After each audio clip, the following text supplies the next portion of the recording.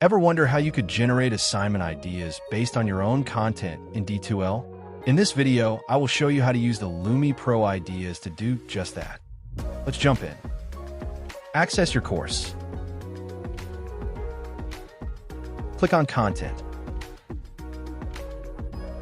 Lumi Idea generates assignment suggestions based on related topics within the same content module. Go to the module, then select the drop-down Upload/Create and select New Assignment. Select Generate Assignment Ideas. This will only work from the content area and creating assignment. It will not appear if you go to Assignments on the navbar. Select how many ideas you would like the tool to generate.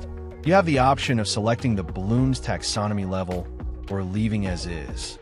Under the content source, you can include all activities in the module, or you can select which activity to generate the assignment ideas from.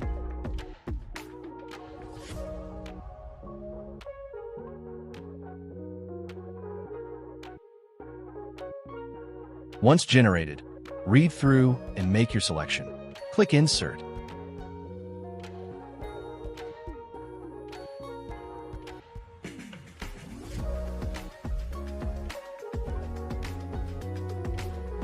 Your students will not see the AI generation message.